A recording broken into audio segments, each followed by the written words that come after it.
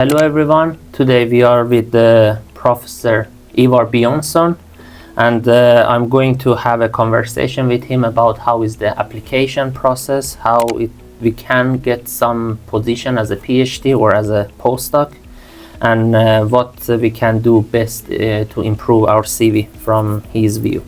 So to begin with, if you please introduce yourself and to tell us about yourself a little bit.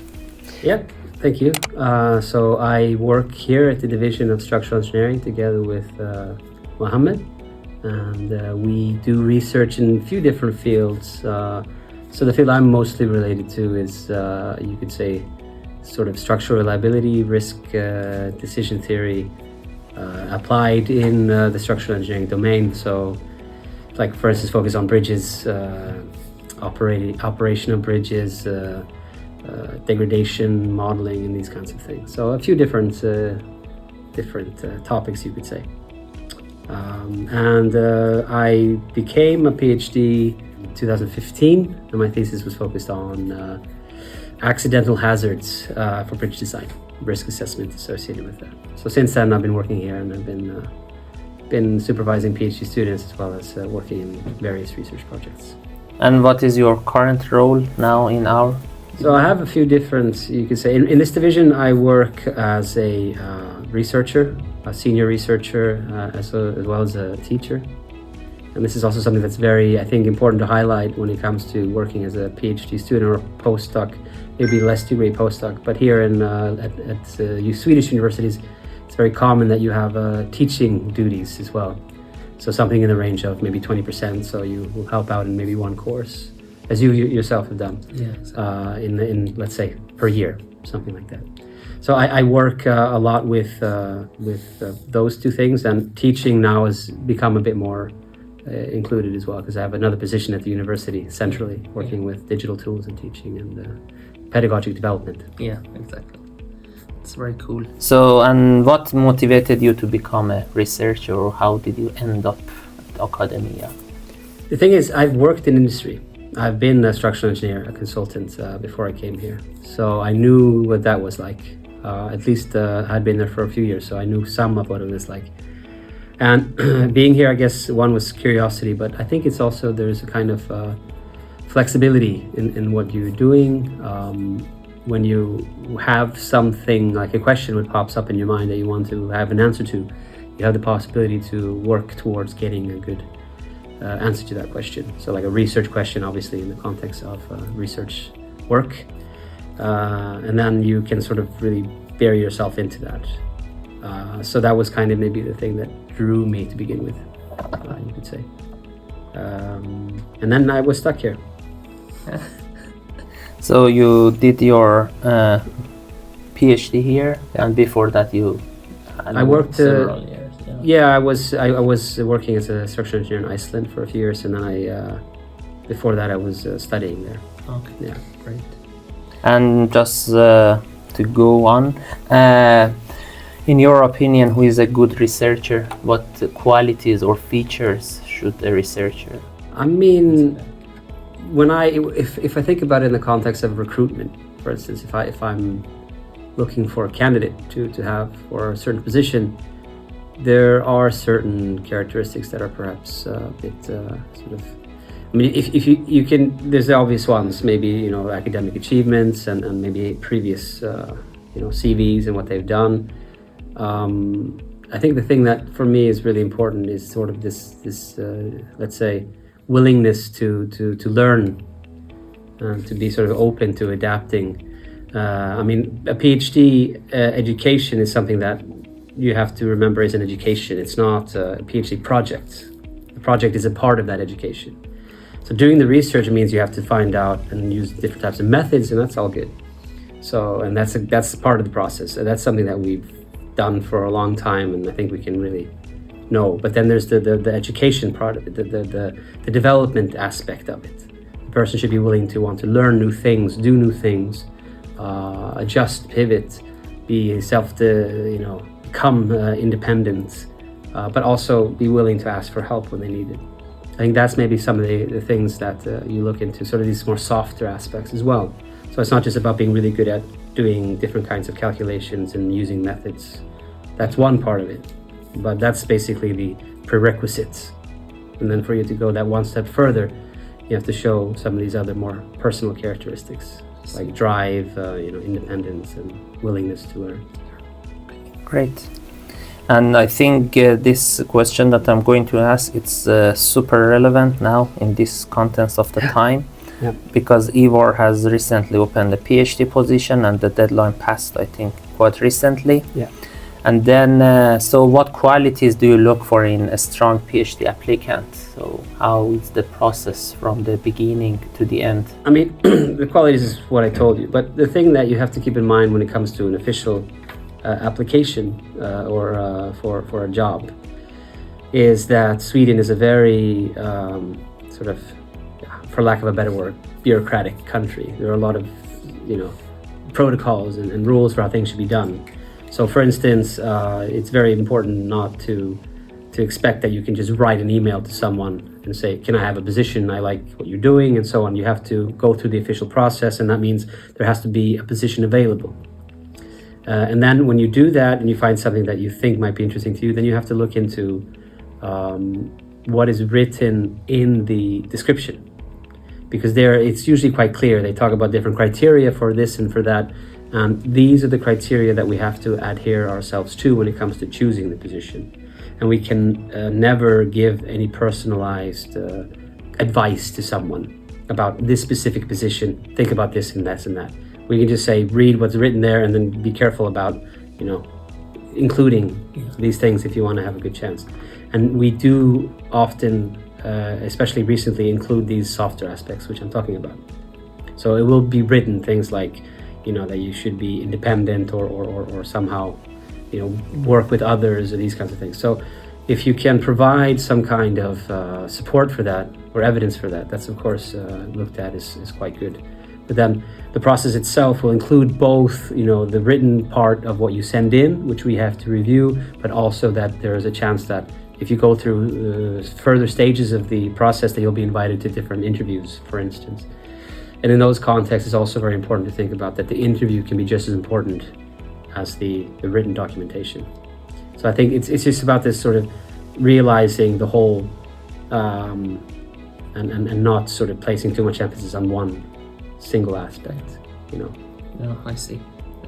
This is what Miklos also mentioned. He, for example, in his view, having some internship or industrial work or something is valuable, adding to your grades or absolutely. And I can only speak for this division, but that's definitely the case for this research, which is maybe, I mean, I don't like using the word applied research, but you could say we're in a field where the research is somehow done in a way where it's in collaboration with industry or is interesting for them. In this context, what we do is quite relevant. So if you have industrial background, that's definitely important. It can also highlight certain things. For instance, if you've worked at a company and you've done some things there, that might be a way of showing that you fulfill some of these criteria given in the job description. Don't keep that out just because it's not research specific. But it could also be that, let's say, the PhD position might be in something related to designing a structure or something like that. And then if you have that experience, then that's of course also quite valuable. So read carefully what's written in the job description, which is its official title, if I remember correctly. And then what about the postdoc? What makes a postdoc stand out in your view? I think postdocs, or let's say similar positions like assistant professorships, postdoc is really research oriented. There may or may not be a teaching component. It's normally quite small if it's there. So there it might be a little bit more about highlighting your previous research and how it connects with the topic. And I think it's usually a little bit clearer for people when they apply for postdoc, whether or not they feel that they're, relevant for the subject or not, than when you apply for a PhD, because you're coming from a more general education, master's. You might have a specialized component to it, of course, but it's usually you've done a few different things, so you don't really know. But when you've done research, you kind of know. And postdocs' descriptions are usually a bit more on focused shorter term projects than PhD projects. The ones I've been involved in have not been postdocs in recruitment, but have been assistant professorships. In that context, it's really important to also highlight the teaching background that you have, because you need to have that as well for that specific position. But everything like that would be mentioned in the advertisement. Yeah. Great. Just one question. In between, many students in Iran think that they should publish as much as they can. Is it the main criteria for? It's not a hard criteria. I think that the thing is, our entire academic world has sort of gone over to bibliometric sort of measures being super important. I think based solely on the fact that it's an easy number. It's easy to give a number. I publish this many articles, I have this many citations and so on in these high impact journals. Of course, it can have a weight, but I would say that solely and in and of itself, with all of the other criteria not being fulfilled, would not be enough in my mind.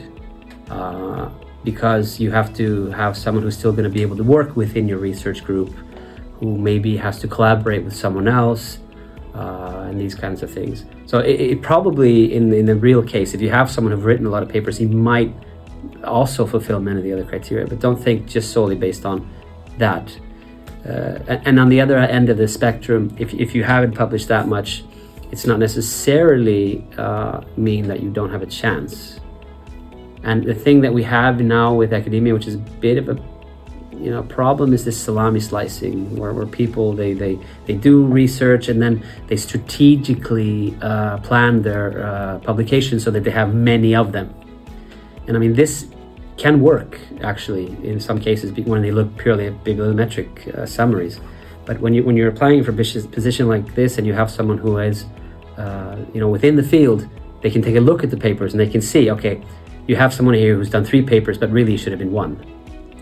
That could be a bit of a flag to see that. I mean, it may not be them themselves. It could have been the research group that decided that. So, I mean, I would say but it is a bit of a principle thing. I principally believe that you should try to make a better publication rather than try to split it up and get more. But, I mean, there are other realities that you have to adhere to as well. And with the competition, what it is, obviously, if this number is bigger than this one, you feel like you have a bit of an upper hand. But don't assume that that's the most important thing. Very great. As Amir said as well, that there is a huge suggestion, recommendation or interest in publication all the time, but I've seen also a recent wave that has been started that be the quality oriented person rather than only quantity. Yeah. But as you said, sometimes it's easy to reach that numbers. Yeah, and then think about where you're publishing as well. I mean, there are some journals out there who are, let's say, there are these predatory journals who also try to get you to publish things against the fee, and it's usually streamlined peer review processes, which are maybe not so effective and so on. So, I mean, it's not just that you've published a lot, it's where you published as well. So, for instance, one really good paper in a journal where the process is quite well structured and done in a good way, weighs a lot more than maybe 5 in the case where you're a bit unsure if it's like a predatory journal and where you see that the research maybe has some holes in it. So I think, like you say, think about the quality. That's definitely. But it is a competitive industry. Yeah. Not really industry, but you can call it that. Yeah, exactly. So it's hard. It's easier said than done. So I can understand the drive to do this, but I would still push for quality over quantity. Yeah, very good. So the next question, I think it's very detailed and might be very interesting for our viewers or the students. When evaluating a potential applicant, which factors matter the most to you, or how do you prioritize them? I put a lot of lists, like the grades, research experience, publications we have talked about, but when you do the screening or filtering, I know that it's a bit tough, but how? The screening is based purely on what's written out in the job description. I mean, that it has to be. And then when it comes to prioritizing and choosing which one has the best, then it's usually done in a committee. No, it is done in a committee. It should be done in a committee. And then you again base it on these different criteria that are provided in there. And some are eligibility criteria. Basically, are you even eligible to apply for this position? And then if you don't fulfill those, then basically you cannot go further in the process. So be careful about checking which those are. But normally, if you want to just talk in a very general term, the important thing is that, first of all, you're in the subject that you're applying for. And that's why also when you look at the job description, there's not a part which is about the subject description, And there you have to sort of think, do I fit into this sort of mold that's there or not? And then you have specific additional criteria that come further down, and it could be, depending on what the project is, that maybe, let's say, you have experience or some kind of background in a specific type of method or a field, It could be like, for instance, I mentioned my background is in probabilistic methods, so it could be that maybe you have experience with using probabilistic methods in engineering applications. That could be one kind of criteria. So when we do this, we have to, because all of the decisions we make have to then be somehow justified based on this job description. Why did we choose the person that we chose? So I think it's hard to say which ones and how you prioritize, but on a basic level, I would say eligibility is about getting through the door, and then the criteria specified for this example project that's being, advertised. Then look at those. Those will probably weigh in also when you do the judgment of who's going to get the position and who's going to move through. But then don't forget, again, as I said previously, you have the interview as well. So it's hard to boil it down into. Yeah, exactly. Yeah. And I don't want to give away any details, but as you said, because we have an ongoing recruitment, so it's a little bit sensitive. I can't say any details about that. One question about language proficiency. Do you look at scores or the ability to communicate works better for you? The positions we have advertised have, I think, for the most part, not required. So English is always a requirement, and then I know that it's done at some institutions, but it's not always the case. But you look carefully what it's written. So if you have scores like these different tests like TOEFL and whatever it is, that's always good to have to show that. But the communication that you do during the interview is also very telling, a part of that. So I think, and when you become a PhD student or a postdoc, a big part of that is the where you have to sort of communicate your research through conferences and with other people. When you have positions which are a bit higher up, sometimes we even include, not necessarily as a part of the eligibility or the criteria for assessment, but maybe as a part of the development that you should, for example, learn Swedish. And because, as I said, some of the research we do, you could sort of put in the applied category, then you also have projects which maybe involve exchanges with people from the industry, or people from other maybe institutions, social institutions, or whatever it may be, regulatory bodies. And then the language part can actually be a relevant criteria. But then just look at the actual job description to see if it's mentioned or not. But English for sure. And then we normally mention both written and oral. The problem today with gauging written proficiency is that you have lots of tools that can help you with this kind of stuff. So it's I think it's become a bit more difficult to judge that one.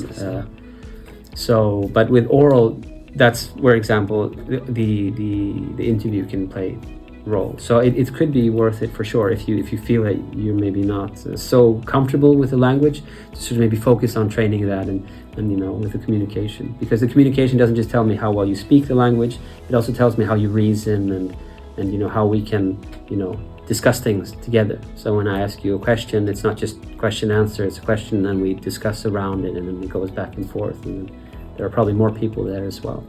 So there's more than just the oral part is not just about gauging oral proficiency, it's also about other things that can be sort of illuminated through the process of the interview. Great. So if just one question that also I usually ask at the end of the interview, since I think we have discussed many. So if imagine that I'm a first year or second year master student from Iran, for example, or abroad, and then I want to come to, or I want to start to do a PhD, or I'm at the end of my PhD and I want to start my postdoc. And then what piece of advice do you give? Which aspects should I focus more, or what should I do to increase my chance? I mean, again, it's about looking at, for Sweden specifically, look at what's outlined in the advertisement, what they're looking for. They try to be very transparent with everything they do. So you have to be judged based on those criteria some way. Now, of course, it doesn't mean that it can be completely objective, because it can't be. You know, you have to judge things based on you know, talking and looking at the documents that you have. So I would say, like I said in the beginning, for me, think about the fact that if you were that person, if you were put in that position that let's say you've done research already, so you know how it is, and imagine yourself, you're looking for some partner to work with you, to do something. What kind of characteristics would you want from that person? Not only what he should know or she should know, like what kind of methods they know, but how that person, you know, should behave together with you and the kind of work you should do together. And then it becomes usually quite clear, well, obviously things like communication, collaboration, you know, independence and these kind of things become very important. So I think try to empathize with the person on the other end of the process and maybe what they might be thinking about. And then it's quite hard to get away from the fact that, well, obviously you're not just going to think, well, I want someone with an H index of something above something or whatever. You know, it might come into your decision making, but it will definitely not be the only thing you'll think about. Or if you think that way, then I would say good luck with working with this person if you don't think the other parts are important. So yeah, that would be my advice. Because I think from what I've seen, and I'm also basing this off of, you know, the recruitments that I've been doing, is that a lot of effort is already put on these things that I think are a bit more obvious. You know, publish more, you know, get these bibliometric numbers up, and these kind of things. You know, that's like the obvious answer. Yeah. But then the harder part is what do you do with the other things? Like how do you show that you're independent? Yeah, the softer skills. How do you exhibit those in a way? I think that's the part which is a little bit more difficult sometimes. So think about that. And one general question that I usually ask at the end of the interview, you have worked with quite many Iranians during your work experience here, I think, at Lund and in other places. Yeah. Have you seen a shared feature or characteristic among Iranian that it's good to keep or to improve in themselves or to keep it up, or I don't know? Or maybe any weakness that they have and they should improve? Yeah, I mean, of course it's hard to generalize. I mean, I myself grew up in the Middle East, so I'm guessing it's a pretty similar kind of culture. It's hard to say. The ones I've actually been working with have had they've always been a lot of uniqueness. There are some cultural, you know, similarities, obviously. But I mean, I don't know. I think it could be good to say, just don't try not to adhere too much to this sort of hierarchical perception. When you come to Sweden, it's not so important that you call your supervisor professor. You know, you call me professor. I'm not a professor.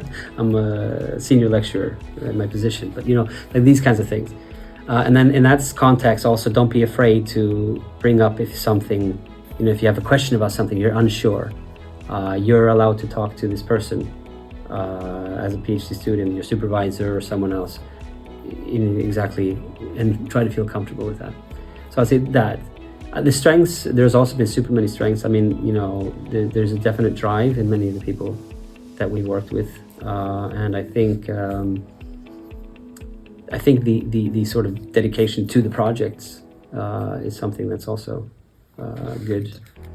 So yeah, But again, it's hard to generalize. Yeah, I agree. And I mean, Totally the agree. process that we do of recruitment, obviously, we pick out the ones, and normally it goes quite well. So, but yeah, no, you're welcome. You're welcome to come here. Thank you. Thank you. Thank you, Ivar, for putting your time. It was very interesting for me to see your view from on this side of academic world. Yeah, I hope I passed. Yeah, thank you. Thank you. Thank you. All right, thank you, Mohammed.